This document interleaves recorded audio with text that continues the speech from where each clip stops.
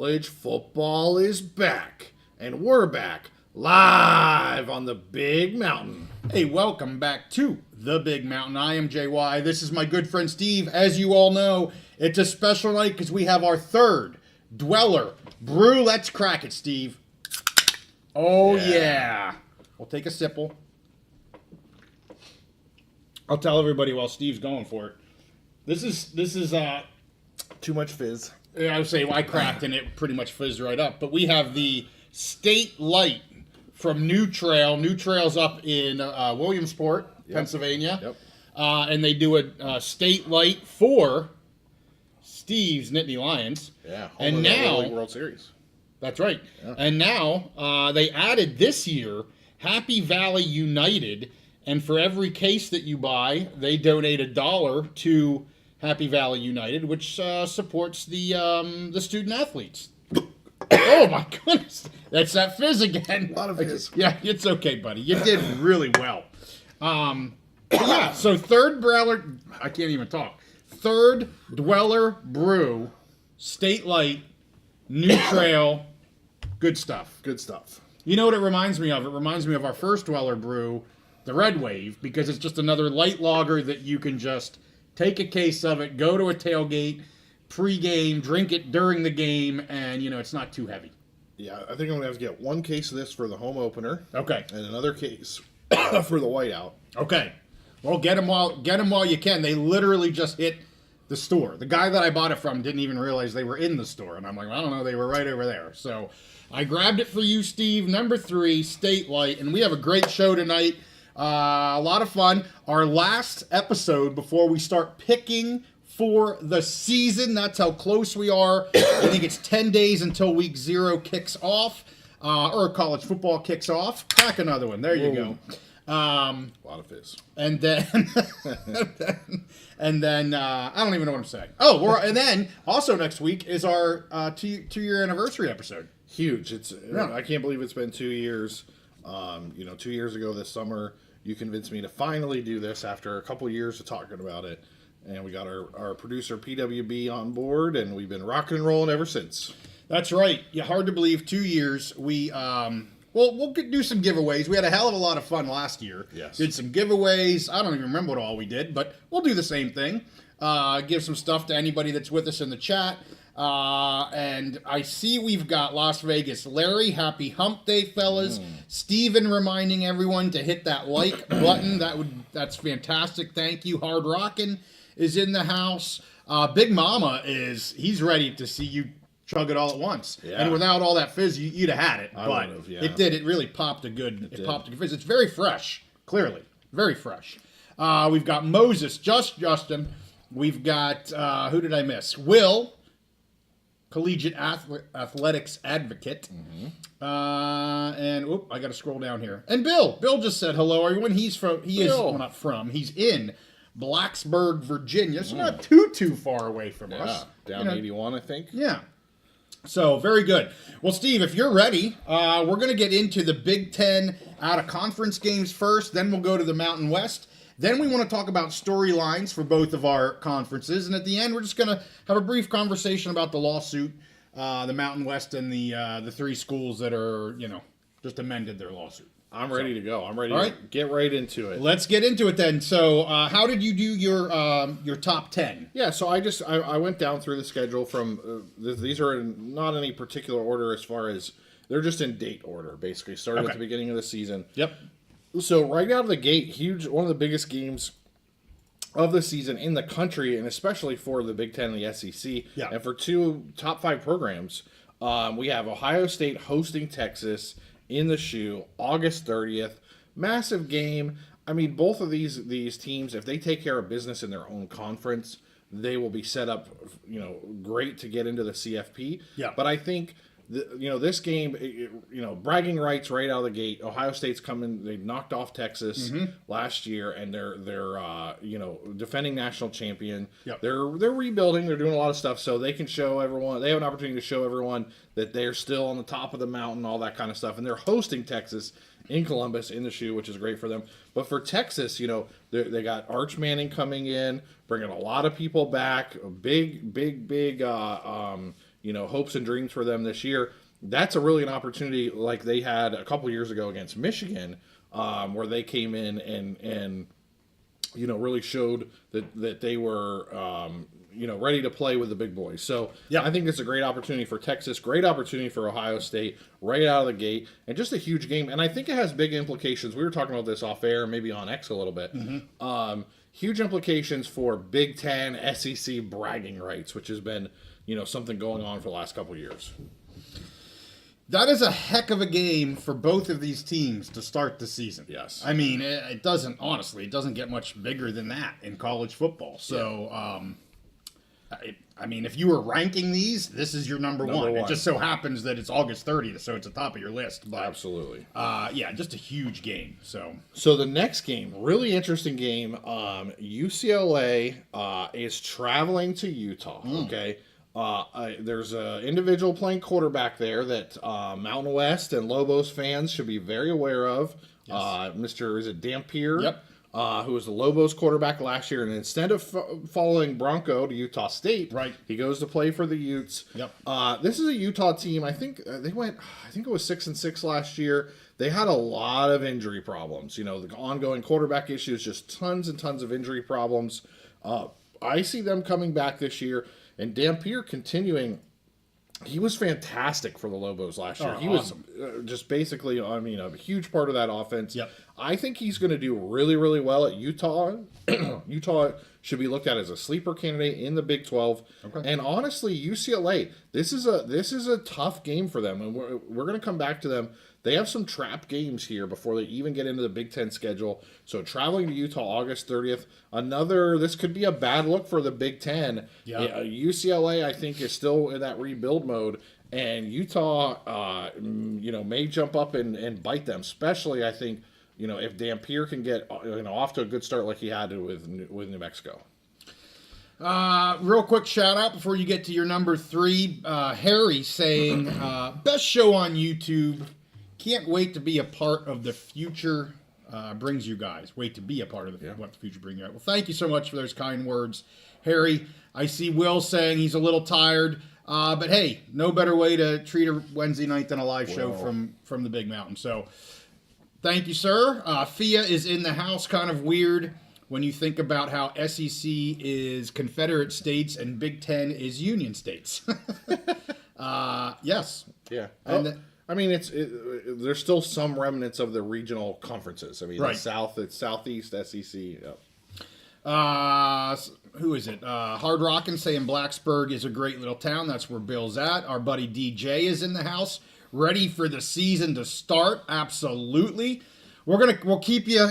We're gonna try to get you there. Yep. I think everybody's ready for it. We're gonna get there together these last 10 days until week 0 starts. And then I'll catch up to the rest. Let's go to number 3, the third one on your list, not ranked, but Illinois and Duke. So I think this is a huge game for the Big Ten, coming out of the gate, and for a Big Ten member in Illinois who I think can challenge for a CFP spot. I have them getting into the CFP this year and actually getting into the Big Ten championship game. Spoiler alert. But this is a huge game out of the bat, traveling to Duke. Duke is kind of sneaky good at home. I was looking the stat up over the last 3 years. There's something like, I don't even know, 17-3 at home or something like that. They've been really good. This is Coach Manny Diaz's second year. He got his quarterback that he wanted out of Tulane. Right. And traveling to Durham. This could be a really tough test for Illinois. I think Illinois is going to do really well in the Big Ten. Mm-hmm. This is one that it could sneak up on them and make their path to the CFP a lot more difficult if they lose this game coming out of the gate. So this is a real tricky game. Illinois traveling to Duke, September 6th.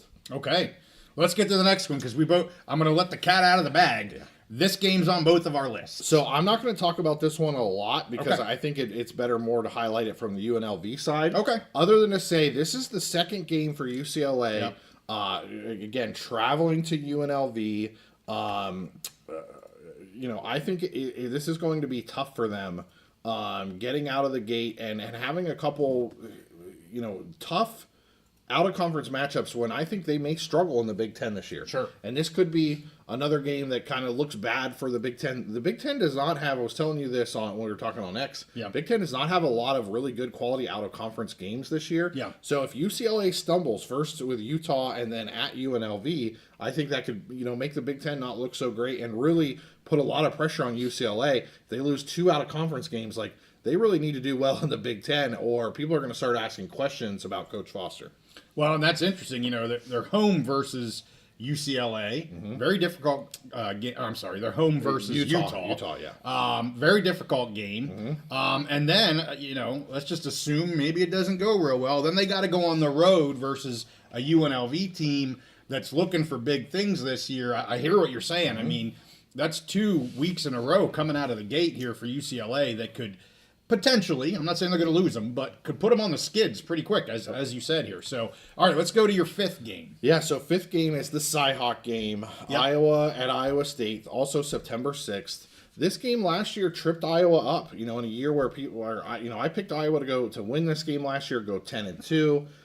They end up losing this game, and Iowa State end up going on and contending for a Big 12 title. This is another year where if Iowa plays their cards right, they have a very solid team, very solid roster. They're bringing in a multiple championship winning quarterback from South Dakota State, who I think could be really good for them, really dynamic, but they need to get out of the gate early. Their Big Ten schedule is tough, and in order for them to qualify for a CFP spot, which I think they can do this year, but it would be really, really, really nice for them to get this win out of the game. I mean, it's a rivalry game, so they already want to win the game. Right. But for their CFP chances, I think this game is huge for them. So just a fun rivalry game in week 2 that, to me, has major CFP implications. Real quick, I see our videos being a little spotty. Usually our audio's 100% awesome. There's some storms in our area yet again. I don't know. Again, I'm not paying enough money to freaking Xfinity, Comcast, whatever the hell they are. But you don't really need to look at us. You got the doohickey there on the right of the screen. You can hear what we're saying. We're not that pretty. Let's go to number 6. Yeah, and so Bill he says 5-7 last year for Utah. I knew they were right around 500. So disappointing season for them, but they could really get off the schneid against UCLA. So moving forward, Michigan at Oklahoma, also September 6th. Big weekend for the Big Ten out-of-conference games. And this is another one that I think could make the Big Ten look bad. Yeah. We have Sharon Moore's Michigan team, traveling to Oklahoma, which is his alma mater. If that's as it stands now, the team, the university suspended him for 3 games, but said he could coach this one. Of course. Kind of weird because it's his alma mater. We'll see what the NCAA does. Yeah. All of my contacts say that they expect some sanctions to come down before the season starts. And there's a very good possibility of Sharon Moore will not be coaching this team. And who knows, they could be kind of coming off of these sanctions. We don't know who their quarterback is going to be. Is it going to be Mikey Keene, the journeyman, tons of experience, but kind of left Fresno on a sour note? Is it him? Is it Bryce Underwood traveling to Oklahoma? Brett Venables always has a good defense. Even when their team is losing, they have a good defense. They have good plans. And I just don't know where Michigan is going to find offense, and they might be a team in turmoil on September 6th, traveling to Oklahoma. I really think this is going to be a tough game for Michigan. Mr. Mateer playing QB. Mr. Mateer, yep. He could win the game by himself. Yeah. I mean, I know Michigan's got a great defense, but I'll tell you what, that dude's special. A lot of stupidity on X with him and stupid betting crap. Yes, you know how this social media sometimes... No I get evidence, a little tired of it. No evidence that he actually made any That's bets. a bunch of bull crap. Yeah. Anyway. So I see we have David Jorgensen on here. I think we missed him a couple episodes. So DJ in the house? DJ's in the house. He's talking about Huskers and Bearcats. That game, unfortunately, did not make my list. I went with a couple other games, but that is also a huge game. Great opportunity for the Huskers to make a statement. Honestly, I think they will. I think the Huskers easily win that game. I don't think it'll end up being that close. And I'm picking Big Red to have a good season in the Big Ten as well. But we should go to my next game. Well, 2 things. Okay.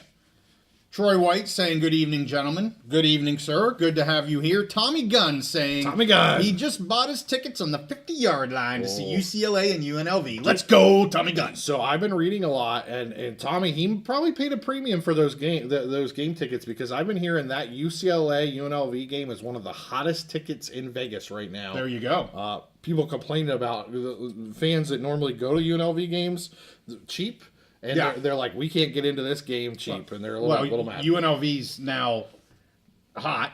Two great seasons. They got Dan Mullen. Big time coaching maybe hire. One of my storylines coming up later on. Yep. Hint, hint. Yep. And it's UCLA. It's only what is it? 2 and a half hour drive, whatever the hell it is. Yep. I mean, it's a huge game. And there's a lot of former Southern California people who lived now live in UNLV. Oh, live. Yeah. Right. Transient for sure. population. All right. So, sorry, you were getting ready for the Wisconsin Alabama game. Wisconsin and Alabama, September 13th. I honestly, I don't expect this to be a good game either. I just put it on here because it's another huge Big Ten SEC matchup.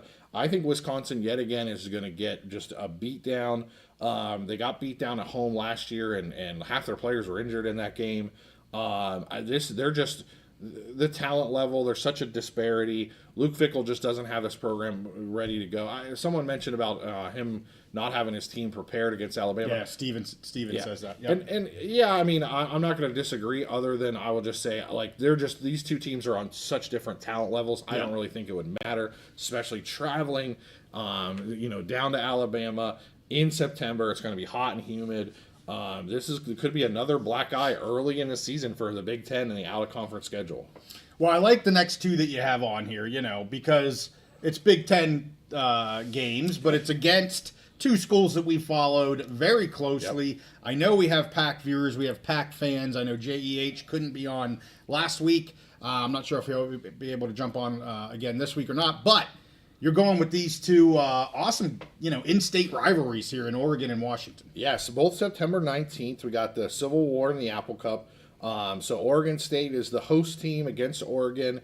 In a year, Oregon came off of having a season where they ran right through the Big Ten, went undefeated, won the Big Ten championship. They were hot as fire, and then got put out in the CFP by Ohio State, but had a great season last year. I really, I've been consistent with this. I expect them to kind of take a step back this year. Oregon, they're replacing a lot of offense. They're replacing their quarterback with a guy, to me, is not only unproven, but what we have seen from him when he was at UCLA, he looked like he might be a little bit of a bust. I think it's going to take some time. I think Oregon is the better team. They have more talent. There's no question in my mind. But, the Civil War, this is a rivalry game. There's a chance Oregon State could upset them, especially if Oregon's still trying to figure out things on offense. I think Oregon's running game will be probably good enough to win, but I think this will be just another close, hard-fought rivalry game, and another opportunity that maybe to put a black eye on the Big Ten early in the season, which I don't want to see that happening. Sure. But when you look at how this out-of-conference schedule lines up, there's some worrying games for Big Ten fans. Zyler says, ahoy from Tallahassee. A big shout-out to any of our Seminole fans. I'm assuming, being in Tallahassee, he's a Seminole fan. We have a special episode talking about the Florida State Seminoles. We have TJ Pittenger and Doug Rohan back on the channel. Awesome. We're going to drop that on Monday. I was going to do that this week, but I had to flip some things around. Drop it on Monday. A big preview episode for the Florida State Seminoles. You can hear what those two guys have to say about the Seminoles. So good to have you with us, Zyler. We do have a super chat from our good friend DJ David Jurgensen. He's talking about funding with Wisconsin, Steve. What do you think? I think he makes a great point. So he says it sounds like Wisconsin is a little short on funds from the sound of the Big Ten media days. Luke Fickell might get some more time if they can't afford his buyout. That is a big key. I have said there's almost no chance that they fire him during the season. Yep. I think they will let him ride it out, see how things go. I think that's just the way Wisconsin operates. Yep. That's the way. Luke Fickell, very respected there. They were very big on that hire. And everybody there knows, their schedule this year is just ridiculously hard. But DJ makes a good point. He may get another season, if only because his buyout is still pretty high. I think it's close to right around $30 million. And Wisconsin doesn't. They just don't have the money. They're actually one of those public universities that still run like a public university. They like have balanced budgets and all that kind of stuff, and they don't dump a lot of money into athletics. That was why Brett Bielema left there the first time and went to the SEC, right? Because they are a frugal university system. They don't just blow money on athletics.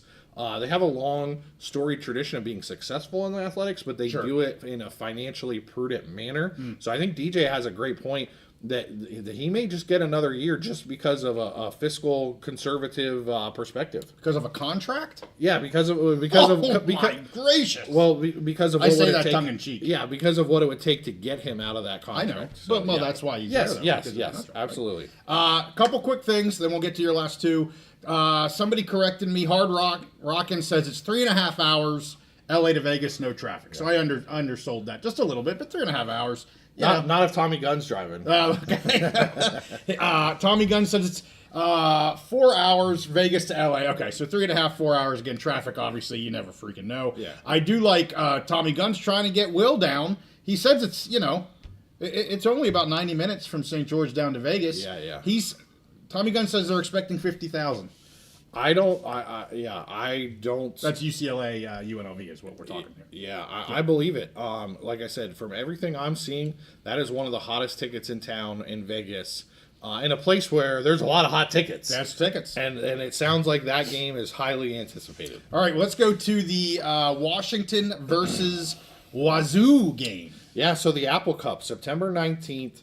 Washington State is the home team.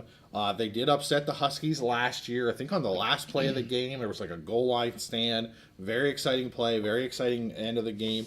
Washington State, they lost the Cougs. They lost a lot of players. They're bringing in, I think, some FCS players and some other transfers. Yeah. So, they may end up having a pretty decent season. However, I think Washington Huskies, they're going to be too good for them this year. Damon Williams is just, I think, is a fantastic dynamic player that's coming in, being their starting quarterback. And what Jed Fish has done, they overachieved last year. He's rebuilt that roster. I expect Washington to contend for a CFP spot, and I don't think this game is going to be nearly as close as it was last year, where they kept the game close and the Cougs were able to win it at the end. Very exciting moment for them. Don't think it's going to be that close this year. I think the Huskies blow them out. And this is a start to a really good season for Washington.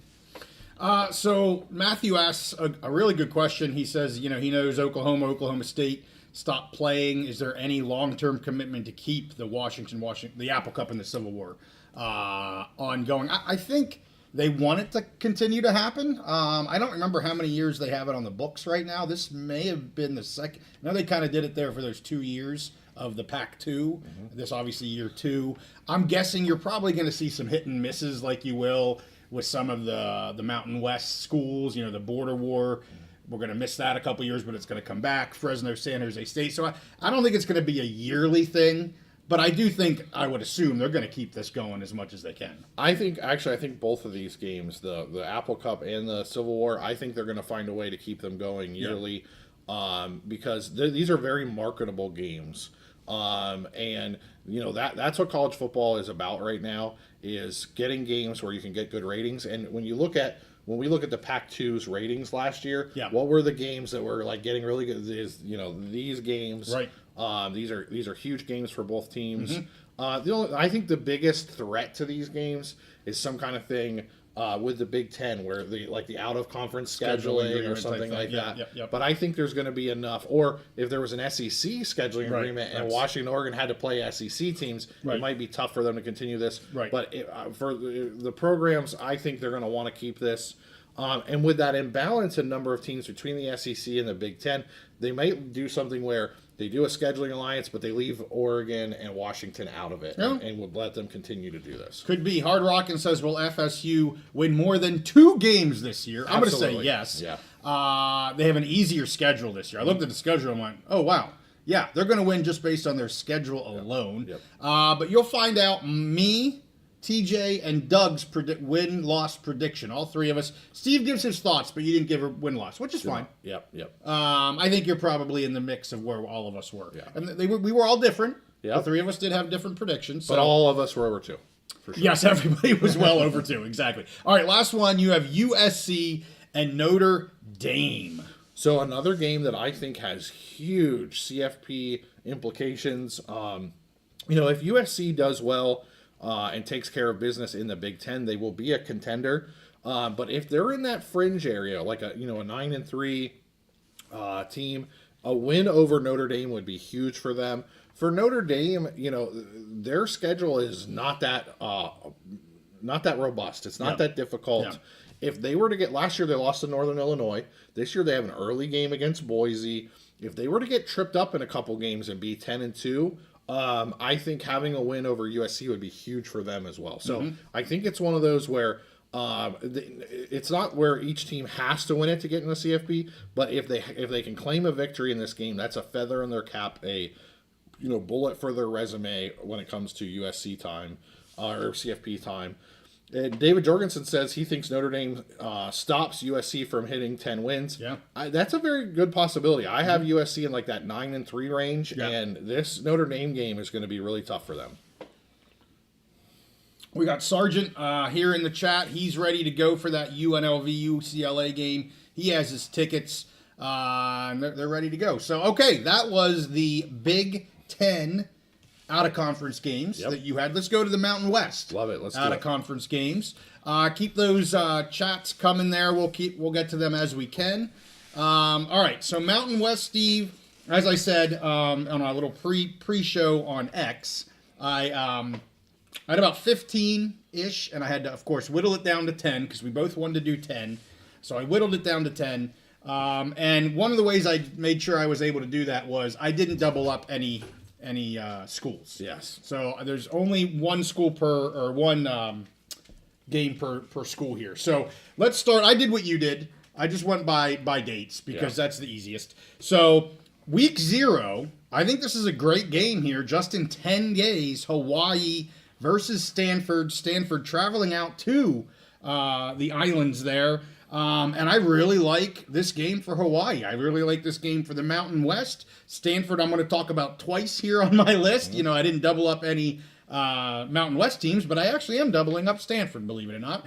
And I'm okay with that because I think we got some potential good wins coming from a Power 4 school. So that week 0 game, I'll be watching this game. Super excited. If anybody didn't already see, lots of news coming out of Hawaii. Number one, it was approved today that they're going to be getting a new stadium.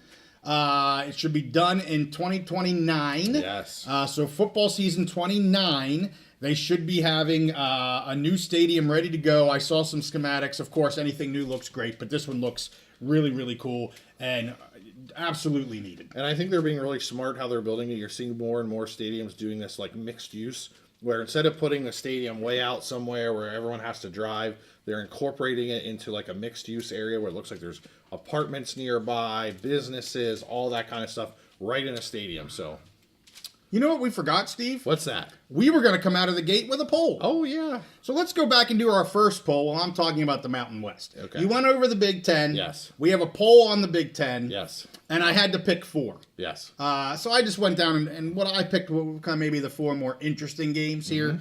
So throw out your poll here on the Big Ten. Our producer's waiting for us to say this. Yes. And I said, yeah, we're going to get to it right away. And we're 30 minutes in. Yes. And absolutely nothing. His trigger finger was ready, but I never gave the go-ahead. So here we go. We got Texas at Ohio State, Iowa State, Oregon State, Oregon, and USC Notre Dame. Which do you think is the most interesting Big Ten out-of-conference game? Put your vote in. And I think a lot of people are probably going to go with Texas, Ohio State, just because it's a big game, coming out of the start of the season. But man, I think that Cyhawk game has such big implications. The Beavs and who is it? The Ducks? The Ducks, the Beavs and the Ducks. JEH has me, so I don't even want to say Ducks anymore. So, you're making him proud. Exactly. And USC and Notre Dame, like those 3 games, I think have massive. Whereas Texas and Ohio State, they could lose that game and get into the CFP, no problem. Yes, right. But those other 3 games could have some major implications, especially with Oregon. Like it could be tough for them this year, and getting a win in the Civil War could be huge. And maybe I should have left Texas and Ohio State off just because it's such a big matchup. I'm like, I got to put that one on. Yeah. But, in terms of like potential, because yes, I agree. I think Texas and Ohio State both probably going to be in the CFP. We had them both very high up. Yes. Whereas those other 3 games, man, could be a make it or break it type of situation. Absolutely. Steve, I just want to give a shout out again to State Light New Trail. Yeah. But I'll tell you what, this sucker's carbonated. It's very bubbly. I'm struggling yes, to keep it. Yes. Keep it under control. Next time we'll crack them. Crack early. We'll crack them on the Shake X, the live X. Yeah, that's right. Okay. And let them sit for a bit. Settle. All right, we'll leave that poll up here just for a little bit. I'll get through a couple more of my games. Hawaii, but I was saying was the stadium. Yes. Which I talked about. There was something else with Hawaii that I wanted to bring up, but I don't remember what it is. I'll come back to it if I think of it. But the stadium, massive news there for them, and I think they got a heck of a team this year. So I really like them against Stanford there in week 0. Then I've got Boise State, and they're going to USF. And I put this on here. You'll see I don't have the Boise Notre Dame game. I didn't pick that. That probably was going to be easy for everybody. Oh, it's a really big game. Yeah. I actually picked this game because it's away in Florida early on, August 30th. Everybody's super pumped about Boise. Kind of the same situation as last year. They had to go south to Georgia Southern. Yes. They didn't blow Georgia Southern out of the water. They won the game. They did fine. But, this is like, you can't slip up at USF. No, if you slip up here, the Notre Dame game, I don't say it's meaningless, but like, this is a big game coming out of the gate against a good USF team. The Notre Dame game is like the Oregon game last year where Boise doesn't even need to win that game. It's just like show out, do well, whatever. Most people are chalking a loss up there. Yeah. But this USF game is more similar to, I think it was 2 years ago where they played UCF at the beginning of the season. Right. Lost to them. Right. And that started to end up with their coach being fired. It started a downhill spiral. I remember watching that game. That was an ugly game by Boise. It was in Boise. Mm-hmm. Ugly game. Yep. So I think this is a huge game for Boise State. Number 3, I just talked about Georgia Southern. Georgia Southern's going to Fresno State August 30th. I like Georgia Southern a lot. I picked them to win their conference, for crying out loud. Yep. I'm anxious to see how well Fresno State handles a very good Georgia Southern team. Really, again, coming out of the gate, like, I wouldn't be shocked if Georgia Southern kind of takes it to Fresno State. I don't want that to happen, but I wouldn't be surprised if it happened. So that's a huge game for the Bulldogs, kind of get going under the new coach. A lot of new players, especially there on offense, trying to get their feet under them. I think that's huge. And, of course, August 30th, I had to pick Utah State versus UTEP. I'm really high on UTEP. I think they're a 6-6 team. This year could surprise maybe to the upside. Their win-loss is 5.5, Vegas line. And I like them at 6, and I think this is a big game for both of these programs. Again, Bronco Mendenhall coming into Utah State. I don't have huge aspirations for them to, do really well this year. Mm-hmm. And I like where UTEP is at, and you have a team here that's leaving the Mountain West versus a team that's coming into the Mountain West. So it just adds a little bit of fuel to that fire. I don't know if it'll matter to the teams at all, but I find it pretty damn interesting. Oh yeah, I think it's good kind of bragging rights, and being that it's in the Sun Bowl, right? It's down at UTEP. It's in the Sun Bowl. No, it's in Utah State. Oh, I'm sorry. Okay. But still, the bragging rights there of UTEP, like you said, coming in this year, Utah State they want to have as good of a season as they can as they transition to the Pac. Yeah. And UTEP, they want to make a statement as they're coming into the Mountain West. So, I think it's a huge game, very interesting game. Now, I will say, why don't we go ahead, before you talk about the next game, which is the biggest game, why don't we go ahead and just close that first poll? Let's close the first poll. Let's see what everyone has to say here. Boop. So Texas State, the clear winner, huge winner, but a couple people there for the Oregon State-Oregon game and the Iowa State game. Yeah, not surprising. Yeah, no one's that interested in USC Notre Dame. We have no Notre Dame fans in the chat, but that's okay. All right, let's keep going here. And I will have another poll for the Mountain West when we get here towards the end of it. We'll throw this one up. Okay. All right, so we just ended. We're halfway. Okay, so the UNLV UCLA game. Again, this is in UNLV. Maybe I did the HA's opposite of the way you did it. I don't know. Yeah, it doesn't matter. Anyway, This is in UNLV on September 6th. You just brought this up. Huge game for the Mountain West, for UNLV. What I think their players and their coaches and their fans and the city and everybody thinks they're going to get this year in this Coach Mullen era. And this would be massive. Again, I look at these games not only as being positive for the teams and their aspirations, but really important for the Mountain West and their aspirations. So absolutely. I think this is a huge game, maybe one of the top, right? One of the top games in the Mountain West this year when you get UNLV versus UCLA. I know we had some people chatting. They just can't wait for this September 6th to get here. We don't have too much longer to wait, but man, we may have to do a live pre-show for that one, Steve. That's pretty huge. Yeah, could be one of the more important games of the year for these two programs. Yeah.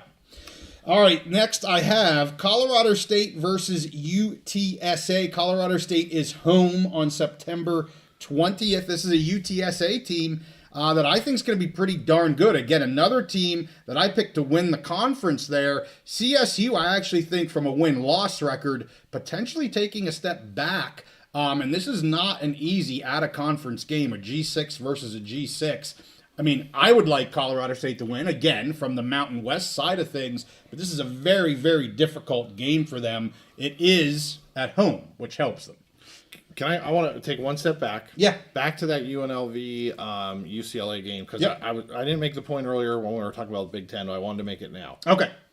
Because we're focusing on the Mountain West and with UNLV. So with Dan Mullen coming in this year, I think there's a lot of uncertainty about UNLV. Like they could be, it could be like, oh, they need a whole another year to get on track, or they could be amazing. They could be awesome. Yeah. A lot of people are assuming it's kind of a foregone conclusion that Boise is going to be the king of the mountain in the last year. Right. But UNLV has a chance there, and so if they were to win the Mountain West. This UCLA game, to me, is a huge resume game. If they're competing, let's say, against a Tulane, for that power, for that G6 spot, getting into the CFP, if they could win the Mountain West and have a win over a Big Ten team, would be a huge feather in their cap, a huge bullet point on their resume, CFP resume. So I don't think we should overlook that at all. Okay, I got to give a shout out here. Nathan John from Toronto. Ooh. Fan-flippin-tastic. Welcome, cheers, sir. Glad to have you with us. And he's asking about Northern Illinois and UTEP. If they were in the Mountain West this year, where do you think they would finish respectively? I'd put them middle of the pack. Yeah. Middle of the pack. UTEP maybe slightly down from Northern Illinois this year. But I love the trajectory of UTEP. I think UTEP in 26, while they're going to take what I think is going to be a nice step forward this year, I think they take yet another nice step forward into 2026. I think UTEP is going to surprise Mountain West fans, assuming they can keep their players, they can keep their coach, Scotty Walden, and they continue to build that program. Assuming that happens, which I hope it does. I think UTEP's going to surprise a lot of people in the Mountain West come 26. And Northern Illinois is just a solid freaking program. They play Mountain West football. Absolutely. We talked to A.D. Frazier about that. They are stoked to get into the Mountain West. I think they're everybody's going to say, oh, UTEP, they haven't been good for forever. I'm not talking about last year or 2 years ago. I'm talking about next year. If they continue, they're going to be a very good football program. So I'd put them kind of probably just below middle of the pack. At least UTEP, maybe NIU slightly above that. I think NIU might be in that group where they were like going to kind of like a CSU last year, where you realize that they rack up some wins and you realize with about 4 weeks to go, like, oh man, if they knock some people off, like they could have a chance to get into the Mountain West championship game. Probably wouldn't get there or win it, but one of those teams that could be in contention with like 4 weeks to go. Right, for sure. Steven's also liking that Colorado State UTSA game. I think that could be a really good game. So let's get to the next one, the border war. Wyoming versus Colorado. This is in Laramie, in Laradice. I am doing my darndest to get to this game. I think I'm going to make it happen. Because honestly, they don't have it for the next 2 years. So Yep. I've not gone to a game in Laramie. I may get to 2 games for fantastic. Wyoming this year. That'd be fantastic. I'm not going to say anything else. There's another game I'm thinking about maybe getting to, but trying to get to 2 Poke games. One of them being this border war, of course. Oh, this is Colorado. What am I saying? Not Colorado State. That's not an OCC. This daggone state light is strong. Yes. I'm going off and off on Colorado State. And they're playing Colorado. Hit the reset button. It don't matter. Okay, I told you all about Colorado State. Let's talk about Colorado now. Yeah. So anyway, they're away at Colorado. The week before that, they actually host Utah. So I had to pick. Do I pick the Utah game? Do I pick the Colorado game? I picked the Colorado game because I don't really know what Colorado is going to be like. They're losing their 2 star stud, whatchamacallits. And, you know, I'm anxious to see Wyoming go down to Boulder and maybe do a little surprise. This is the year that you want to catch Colorado. You know, losing Travis Hunter, losing Shedeur Sanders. Dion has never coached a team without his son at quarterback. Good point. Never has happened before. We all know, we're not going to get into the whole debate, we all know Travis Hunter did a lot of things for this team last year. Yes. Best offensive player, best defensive player. Right. So they're in a total rebuild. And unfortunately, Coach Prime, he had a lot of medical problems over the summer. So we don't know what their, you know, how successful they were in the portal this year, recruiting, bringing in new talent, how that affected the team. So I'm not saying that they're going to go in and upset them. I have no idea. Right. But I think this is the year. Like, if you're going to go travel to Colorado, this is the year you want to catch them. Next one, I've got San Diego State versus Northern Illinois. This is in DeKalb. I mentioned maybe another game I might try to get to. This is that game. Okay. Because let's just say a flight for us to Chicago is pretty freaking easy. Yeah. And it's in September. So, I like this game. I think this is a good mark to get back to that question about, you know, kind of where would NIU be at. I think this is going to give you a good idea against San Diego State. Like, okay, how well would NIU do this year in the Mountain West? So I think this is going to be a good game for both teams. I'm excited that it's in NIU. It's closer for us and for me to potentially get there. But I think it's a good gauge for where NIU's at coming over here in another year. The next one after that, I told you I'd have 2 Stanfords. Here's the second Stanford.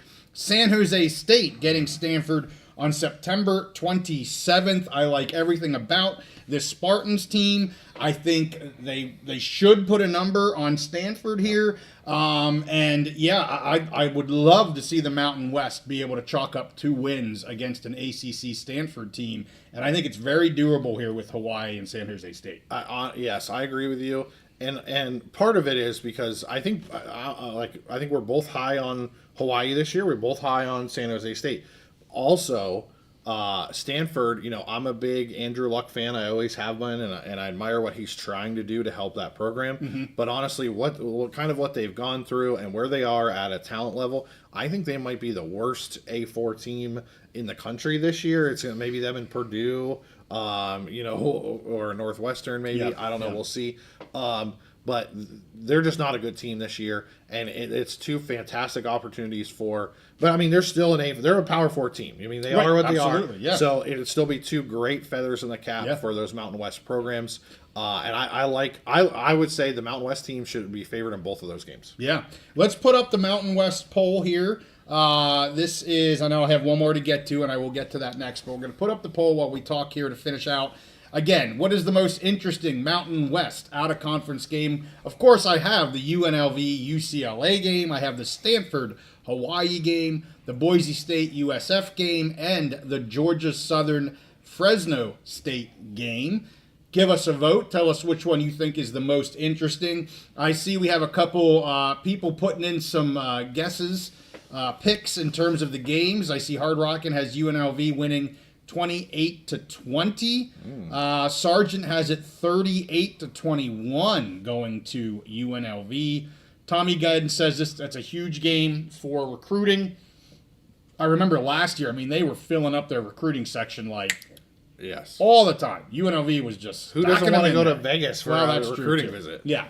And there was another one here. Hard Rockin' gives his pick for where he thinks NIU and UTEP would finish. He has NIU in 4th and UTEP in 7th. 4th for me maybe is a little heavy, but I can understand the UTEP 7th. I get that. Sargent says UTEP CFP bound. Oh, wouldn't that be something? Whoa. How many of these have you had, buddy? Tommy asked if we're going to talk about the preseason coaches poll. We talked about that. I don't think we are. We were going to do a standalone on the AP poll and stuff. I have one quick thought. Two quick thoughts. Well, then go for it. One quick thought. Boise should be... Is it 1 or 2? 1. Okay. Boise should be around 20 and not at 25. Okay. There you have it. And Tommy Gunn says Boise at 25. I think everybody knows that. And UNLV did receive votes. So that's, yes. There was one other comment I thought that I wanted to bring up. Oh, it was Moses. Where's Moses at? There he is. Looking forward to being in DeKalb for that San Diego State game. Moses is a member, and if I make it to DeKalb, I will make sure Moses is aware that I will be in town for the game. Cheers, Moses. And before I get to Air Force, I mentioned that I was hoping to get to the Border War game. I will be going to the Akron game. I will be in press row or media credentialed, whatever the heck that is. And I want to be doing some pregame stuff there, hopefully live pre-show on YouTube for the Akron, Wyoming game. I just hope you're registered and you're tracking your airline miles this year. I'm driving to Akron. Oh, okay. Well, but all these other trips. Oh. We already went to Vegas. Yeah. You have a trip to Texas. Texas. I've already been to Texas. There you go. So I'm going to Texas again. Get those airline miles. I probably should do that. I picked the cheapest flight. Yeah, I don't use the same damn carrier. But you can sign up for all the different carriers. It's just like when you're in Vegas. Tommy Gunn will tell you, make sure you get the little card for everyone, everywhere. All right, let's get to the last one.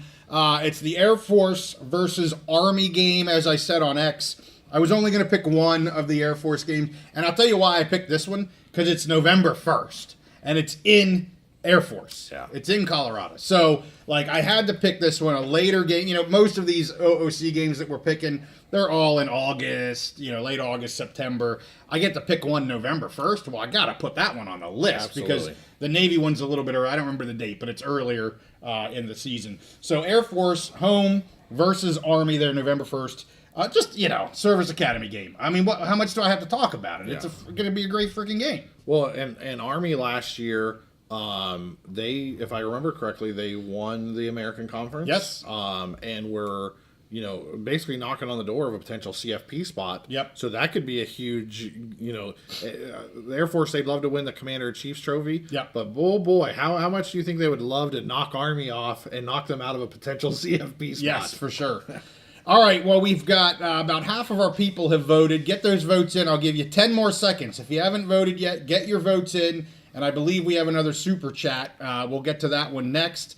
Okay, 3, 2, 1. We're going to close it. Okay. That's close enough to 10 seconds.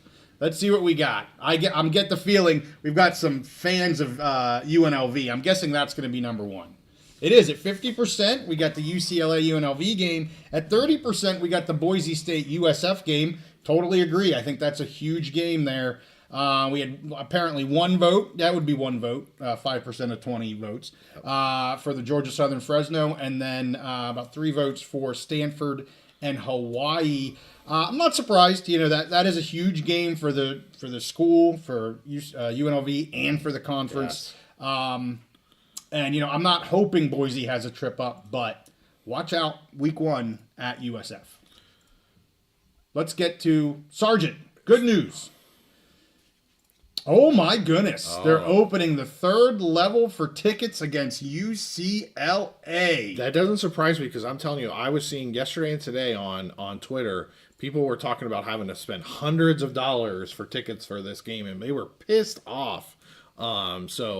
It does not surprise me at all. I do want to address, DJ, one of our he's wearing the number 1 crown. He says, you guys hated on Michigan today. Michigan opens with ULV. Michigan plays Sooners and not in the first survey.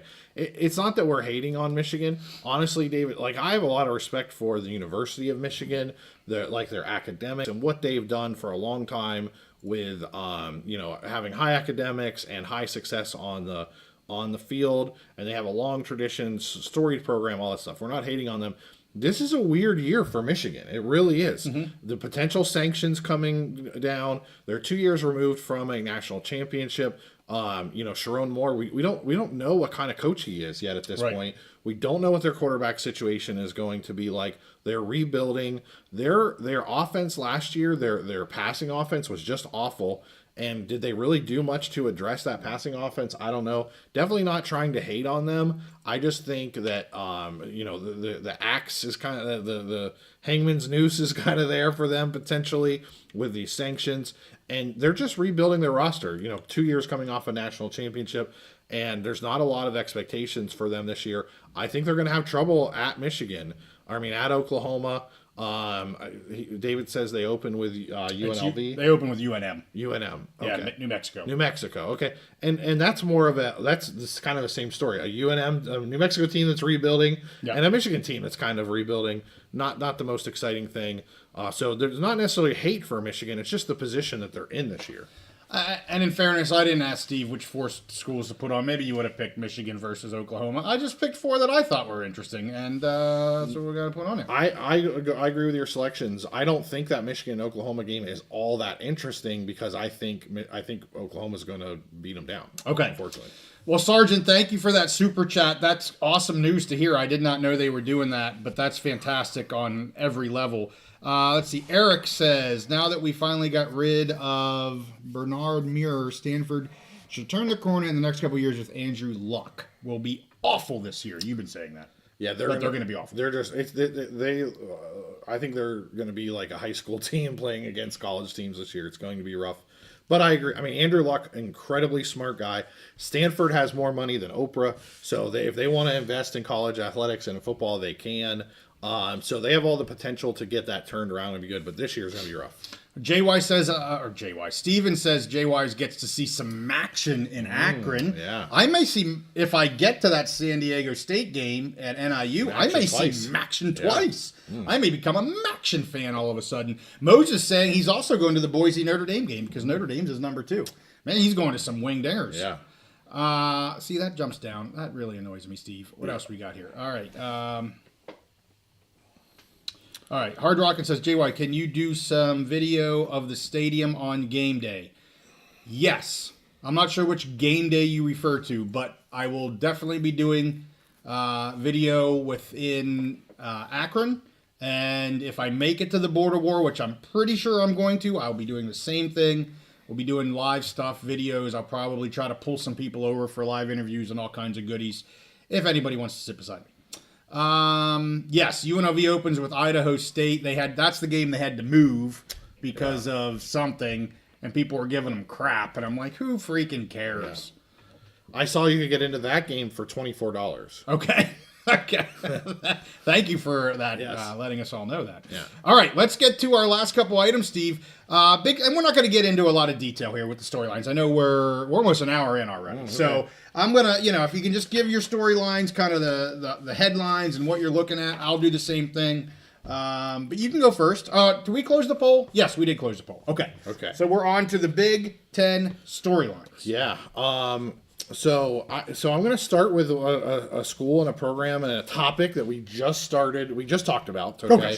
I wasn't planning on talking about that during the chat, but I wanted to respond to DJ because he's always been a great friend of the show and a supporter of the show and all that. So the biggest storyline for me, and especially at the beginning of the season, is what is going to happen with Michigan. All indicators are that the NCAA is going to at least announce their sanctions, and everything before the season starts. That's what we keep hearing, and we're getting closer and closer to that. Yeah. What level are those sanctions? Is it going to be a minor annoyance, or these are going to be major catastrophe level sanctions? The bigger they are, the more that's going to, I think, hinder a Michigan program that's trying to rebuild. Yeah. Does Sharon Moore get more games than the school has already suspended for, or he has suspended himself for, whatever? Do they get a postseason ban this year? There's all kinds of things. So this could be from a slap on the wrist, which means absolutely nothing, and Michigan's just, they're moving full steam ahead. Right. To, are these some kind of crippling sanctions that cause them major problems? Yep. So I think that's the biggest storyline heading into the beginning of the season. Okay. Second, I want to talk about Oregon and Ohio State a little bit. Okay. We did our predictions. We released those today, and I was down on both Oregon and Ohio State. Both are, for this year, for their records. Two of these teams, these CFP contenders. And for Ohio State, they're not only replacing their Will Howard, a very experienced quarterback, but they're replacing both coordinators, defensive coordinator, offensive coordinator. Right. They're replacing, I think, 8 of 11 starters on defense. Right. Tons of starters on the offensive line and defensive line. And honestly, Ryan Day has no pressure on him. He won the national championship last year. He's got a ton of talent. He's recruiting. Yep. If they take a little bit of a step back this year, but actually beat Michigan, nobody is going to care. Yeah. It is what it is. So I think the second storyline is if you look at the AP, top 25, if you look at the coaches poll, all that, they just basically put Oregon and Ohio State in the top 5 just because of who they are. Right. But I think there's a possibility both of those teams could take significant steps back. Okay. Mostly because they're replacing quarterbacks. So I think that's going to be a huge storyline. Wow. Okay. And so the third storyline is if those two teams have like a 1 year kind of blip on the radar, 1 year speed bump, who are the teams that have an opportunity to come up? I'm not going to say replace them because nobody's going to replace Oregon and Ohio State. But I want to talk about some like lower level teams, not lower level, but some of what have been traditionally been mid-pack teams that have a chance to jump up there and have a really good year and jump on the national stage. One, Illinois. I've been high on them all off season. Yep. I'm still high on them. I think they end up playing. I think they win double-digit games and play in the Big Ten championship game and make it to the CFB. I think this is a huge year. Brett Bielema has had that team on a fantastic trajectory, and now they have tons of returning production, experience. Altmaier coming back, experienced, high-level quarterback play. So I just think this year is the best year for it. All matches up with Ohio State being down, Illinois having all of this experience. So I think that's one team. I think the second team that I want to talk about is Washington Huskies. Now I'm saying like they were at the top of the pack a couple years ago, playing for a national championship. Absolutely. But everybody expected them to come in to the Big Ten and take a backseat to those top level programs. Right. And last year they kind of did. But Jed Fish had that team overachieving last year. They have Damon Williams is coming on strong. He looked really great in the bowl game last year. He got some time throughout, especially at the second half of the season, played well. He's just a fantastic talent. And this team is loaded across the board, maybe not at the level that with 5 stars that an Oregon and Ohio State are, but lots of really good talent. And it's a tough place to play out there, playing at the Huskies stadium. So I think they're going to have a fantastic year. This is a good year for them to kind of make their statement when it might be Oregon taking a step back this year. So kind of Ohio State opens the door for Illinois, and I think Oregon taking a step back opens the door for the Huskies. And the third, it's still part of this third storyline, but the third program that I want to talk about in this third storyline is Indiana Hoosiers. To me, it's ridiculous that we have to look at them as like a middle of the pack team that has a chance because they made the CFB last year, went 11-1, crushed it. They crushed it. But I don't think anybody's fully giving them the respect that they deserve because they've just been Indiana for so long. Right. But under Kurt Cignetti, like he's shown everywhere he's gone, he's won. I think he brought in an even better quarterback this year. They're bringing back a ton of talent. I like their schedule is favorable. Not as favorable as last year. Last year they had a more favorable schedule, but still not a terrible schedule for them. I think they can knock on the door of winning double-digit games again. Either be like a 9-3, 10-2 team and be a borderline playoff team. And a lot of that just kind of depends on those teams on the top. But those are my 3 storylines. Okay. What's going to happen to Michigan and how does it affect them? The Oregon and Ohio State possibly taking a step back. Right. And if they do, who does that open the door to? I think programs like Illinois, Washington, and Indiana may have an opportunity this year because of my point number 2. Okay. Well, DJ's got a very special question. His second super chat. He wants to know if he goes to the Penn State Nebraska game. Yeah. What should he avoid? So, stay away from where? So if you buy your tickets through the away team, so Nebraska in this case, they're going to put you way, way up in the north end zone. It's disgusting what they do. It's terrible. So if I were you, instead of going through Nebraska to get tickets, I would go on the just go on like the open market, third party market, whatever, StubHub, Ticketmaster. Yeah. And honestly, I don't know that there's really any sections that you should avoid. For me, I like sitting. I have season tickets. Yeah. We're in the south end zone, up high. I actually have the chair backs and all that. I guess the one thing I would avoid is they just put some temporary bleachers on the west side of the stadium where they knocked down the press box. Okay. And they basically attached huge like high school bleachers to the top of the stadium, and they look like a death trap. So I wouldn't want to go up there. So I suggest you stay away from that top section on the western side of the end zone. But if you want a good spot, come sit with me, south end zone, up high in the upper deck. You get a fantastic view of the stadium. You have nice chair backs, all of that. It's a great. And the funny thing is the ticket prices are usually cheaper because people want to be on the sides, like on the 50-yard line. Right. I love that end zone view. So south end zone, upper deck, that's where you want to be. And we'll meet up and I'll buy you a beer, DJ. Awesome. Well, Big Mama says that he. I know Big Mama. It's not she. Big Mama's actually a he. Yes. Believe it or not. Remember last year's Boise Georgia Southern game? I think this year's game will be very similar, except with Fresno. Could be, yeah. But I like Georgia Southern in that game. I don't know what the line is yet, but I like Georgia Southern in that game. I agree. It could be similar. Well, and Boise was a lot better team last year than Fresno is this year. Oh yeah. Okay, so let's get to the top storylines of the Mountain West. Then I want to talk real briefly about the lawsuits, and then we're going to wrap this sucker up. I see our viewers are jumping all over the freaking place, and we're lagging again. I told my daughter to get the heck off of her whatever she's doing, but anyway, it is what it is. All right, so Mountain West storylines.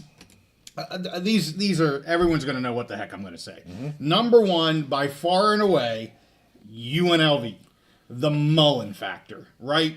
Massive transfer and turnover of players. They lost fantastic players on both sides of the ball. They're bringing in, as everybody knows, lots of P4 players. Everybody knows what Mullen can do on offense. I'm not doubting that, but gelling, making a team of them, I hate to say commitment of them because I'm sure they're all committed, but you know, I appreciate everybody's kind of like positivity with this team, but we got to see it on the field. Yeah. And so my number one storyline here is Mullen at UNLV. And what exactly are we gonna get? Could be feast or famine. It could be feast or famine. I think they're gonna score points. I mean, there's not much doubt in my mind. They're gonna get some points. They've got talent on offense. I'm a little. I just don't know about the D. I don't say I'm concerned. I just don't know. A lot of question marks on the defense and the lines. Like line play, you gotta know what the guy beside you is doing. I'm a little concerned. I have them at 9-3. Yeah. I think they're going to be fine, but that's my number one by far. Can I make a little point real quick? Absolutely. I am so freaking excited to see what Dan Mullen. I don't know who the starting quarterback. Nobody, I don't think, knows who the starting quarterback is going to be. I think we're going to probably see both guys play. Yeah. But I am so freaking excited to see what Dan Mullen does with Alex Orji. Whether it's packages, whether it's he ends up being a starter, whatever. I am super excited for Dan Mullen play calling with some of the talent that he's brought in. But I have the other concerns that you. Yeah, I mean, I just don't know. There's so much. It's the number one storyline. Yeah. I can spin that story any way I want to go. It's the number one storyline. Number two, what's Boise going to be like on offense without Ashton Jeanty? Yeah, that's number two. And Ashton Jeanty was the best running back in the country. Some would say the best player in the country last year. And while I like their running back room a lot, they don't have Ashton Genty anymore. Right. I'm very confident in their line play. I'm very confident in Maddox Madsen. I like what they have from receivers. But when you take that star talent out of an offense, that big play potential where he breaks 4 tackles and takes it to the house, when you take that away, it's a storyline. Absolutely. And I think they're going to be fine. But I don't know exactly what that's going to look like. So that's my number 2 storyline. And I think it's a huge storyline because I think the national media is just assuming they're assuming Boise's still going to be really good. Yeah. But they're assuming that they're not going to be as good because they're losing such a good player. But I still think there's an opportunity for them to have like a more balanced offense this year. Without, and I hate to say that, like they could be better, but but Madsen is another year of experience. Yes. They could be more balanced. Last year the offense was so dependent on Genty so much of the time that I think it could end up being more interesting this year. So storyline number 3, San Jose State. I'm very big on them. A lot of people are. You know, it's not like I'm the only one saying it. A lot of people have San Jose State doing very well this year. I think it's a storyline. You know, Coach Ken's only in his 2nd year there. And if they can make it to the Mountain West Championship, talk about a storyline at the end of the season. Because people that follow the Mountain West are picking San Jose State. If you don't follow the Mountain West, you could be like, why does anybody care about San Jose State? Well, they're going to find Do out. they have a football team? You know, like stupid crap like that. Yeah. And, you know, so to me, I think they could create a very strong storyline. I'm hopeful that they do. I'm high on the Spartans. So that's not so much of the storyline's unknown. Yeah. It's more of a like, let's see how far they can take this thing. Yes. That's kind of where I'm at with the Spartans. So those are my top 3, Steve. Yeah, I like them. Those are the 3 areas I'm focused on for this season, and I think fans should be watching those storylines. Nathan asked, did we ever rank home field advantage in the Mountain West? Boise is obviously number 1. Curious about the rest. We did that last year. Last year we did. Yeah, I did a stadium. Yes. Kind of a stadium ranking. So, yes, I did that a year ago. We didn't do a new one this year. They're all the same schools. They're all the same stadiums. Probably, well, not probably. We'll have to do another one next year. We definitely should do another one next year. UTEP and NIU and everything. We definitely should do it for both the Mountain West and the Big Ten because Mountain West is going to have a bunch of new schools. Yep. Big Ten, when we did it last year, they had new schools coming in, and we weren't sure how that was going to play. Right. And now we'll have 2 years of like data showing who has that home field. Yeah. So, yes, Nathan, you can check out the one we did a year ago. Did not and will not be doing an update for this season. The last thing I just want to talk about real quick, the lawsuit. I did put some info out on X. I believe it was yesterday. And, of course, now my X just went boop. All right, so a couple things. Talked to an attorney friend, if you will. I'm not going to name him.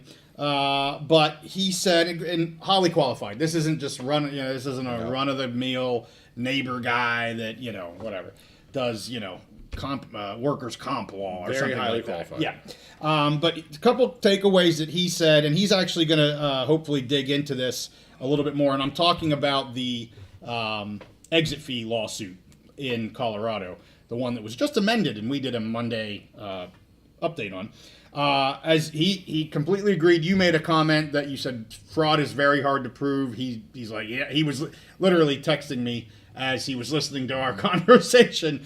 He's like, Steve's 100% right. Fraud is very hard to prove in a court of law.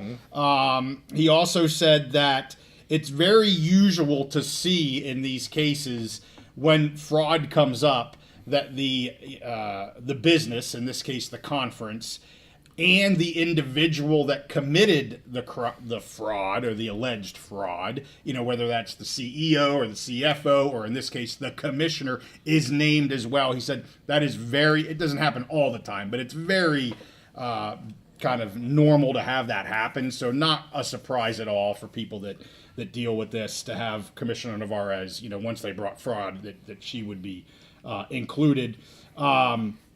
He also said fraud must be tied to a specific false statement that was known false when it was actually made, tied to a specific decision that was made with that information, and there's a quantifiable loss. So, they've actually, okay, you lied to me. I believed what you said. I made a decision based off of what you said, and now I'm out X, Y, and Z. So all of those things have to, come to fruition in a line, all have to be checked off in order for there to be some sort of, compensation. Yeah, damage. Yeah, right. Compensation for damage. And again, I'm not saying there is or there isn't. I'm just saying back to fraud is hard to prove. Fraud is hard to get, a lawsuit to come out with a yes, you made a fraudulent claim here.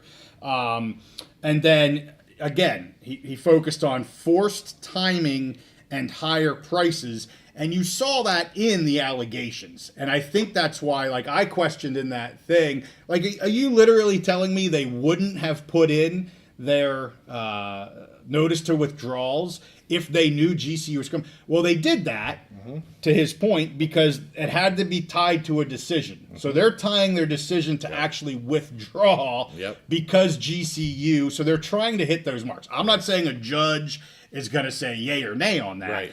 But that's how they had to lay it out. So I appreciated him at least giving me that, because I'm you can't, come on, guys. I said it on the show. They weren't not going to do it, but they have to tie it to a decision, and that's the decision they're tying it to. So anyway, like I said, he's going to potentially give me some more detailed information on that, go a little bit deeper, but I just wanted to bring that up. Anything there? I mean, you had already said some of that, but anything else? Yeah, again, I'm kind of reiterate what I said before we talked about this. A lot of this is, I think, it's just very boilerplate attorney material. This is moving chess pieces on a board. They're taking a counter shot. Yeah. And they have certain things they have to meet, and that's why they're putting them on there. Yeah. And I wouldn't get invested in this too much. And so that leads me to a bigger point that I want to make to Mountain West and Pac fans. Okay. We have a lot of Pac fans too that follow this channel. There's some really fun, exciting football coming up this season. There's exciting things for both conferences coming up. If you're a Pac fan, I think you should be excited about what's happening. Mountain West fan as well. Really exciting things coming up.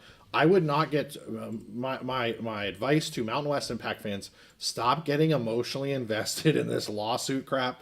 You're getting emotionally invested in stuff that lawyers are writing, billable hours. To make certain points and to get more billable hours. I mean, that's the way it is. Yeah. Neither side is going to get everything they want, and what they do get is going to end up being further reduced because of all these attorney fees. Yeah. So I would just say for Mountain West and Pac fans, focus on the football, focus on the future. Don't get invested in these lawsuits because at a certain point, there's going to be a settlement or a finalized whatever it's going to be, and both conferences are going to move forward. And it's not worth getting emotional about stuff that lawyers put in briefs and filings and those kind of things, because football is so much more fun to be emotional about. I think you're talking to me, Steve. Not just you. You are a part of the group of the Mountain West and Pac fans. Yes. But when I'm on Twitter and we're 17 days from the regular season starting, and all I see is back and forth between Pac and Mountain West fans pissing contest about these gosh darn lawsuits. Who gives a crap? Focus on your team. Focus on the future. Let the lawyers figure this crap out. This crap is boring, and we do focus on I don't want to say we cover these and whatever. But I'm saying for fans of what you want to be emotional about, if you're a UNLV fan, focus on your team and all the cool things, exciting things that are going on. If you're one of these the teams that are leaving and going to the Pac, focus on that. It's just not worth getting all upset about legal briefs and filings and motions and lawsuits. I get upset easily. Yeah. We do have one last poll that I again forgot about. I need to somehow make myself better notes. I think we should get you an electric shock collar, and our producer has the thing, and he can just buzz people you. See me jump. Yeah. So my last poll was about the previous one, about the storylines, and I want to hear from our viewers. We're talking about the Mountain West, so I'm pretty sure the people still on are Mountain West fans, or they're just fans of the show. And so here's the last question. I gave you 3 storylines, the UNLV, the Boise, and the San Jose State storylines. Give us a vote which you think is the best storyline in the Mountain West this year. We'll let that up here till we close out. But I know we have a super chat, which unfortunately I can't get to unless I can move this. Hold on. It was just Justin. Yeah, but I didn't get to see it. Okay. Well, he basically says there it is. Excited about the season. Yeah, go Pokes. Great show, gentlemen. Can't wait for the season. Just Justin, appreciate you so much. Thank you so much for the super chat. I will make sure I let everyone know what I'm planning here in about 2 weeks. When I get to that Akron game, I'm definitely going to try to do some live shows. In my brain, I'm thinking a live pregame and a live halftime. We'll see if that works out. I always dream big and then, hope it works out. But Just Justin, thank you so much again for that super chat. Thank you for being a member, and thank you for the members that joined us. I think we had almost all of them again tonight. Yeah. Great job, Dwellers. Thank you for all of the chatter in the cellar. Yes. Always a good time. Good to see Will on here and Bill. Harry, thank you so much. And let's close this out, and we'll close the poll, and then we'll close it out. Yeah, well, I want to say real quick for our members of the mountain climber level or higher, make sure you're submitting that information to get in the Discord. There you go. There's already a bunch of chat going on, but those are really going to be active for game days. That's a way where you can find out what we're thinking live on game day instead of having to wait till Sunday night or Wednesday night for the shows. We're really excited about the Discord. We want to get as many of you in the Discord as possible so we can chat live on game days. It's going to be a lot of fun. Rumbling went off the board. He says Colorado State is his most interesting storyline. Well, good. Yeah. I get what he's saying. I think they have an interesting season ahead of them. But we have a tie here between San Jose State and Boise State, 42%. So Boise Nogenti being a storyline, and San Jose State getting to the championship game, question mark, maybe a very good storyline. I think all three of them are awesome. So, hey, with that, we thank you guys watching this one. We'll be back next week for our wonderful anniversary show, the first of many weeks of picking games. I have 3 Mountain West games I get to pick in week 0. One last shout out to the new trail, State Light, Happy Valley United, benefits the student athletes of Penn State. Yeah. So our third Dweller Brew. Shout out to Sierra Nevada Sam who got that sucker started Dweller for us. Brew. So, hey, with that, smash that like button on the way out, and we'll see you next time on the Big Mountain.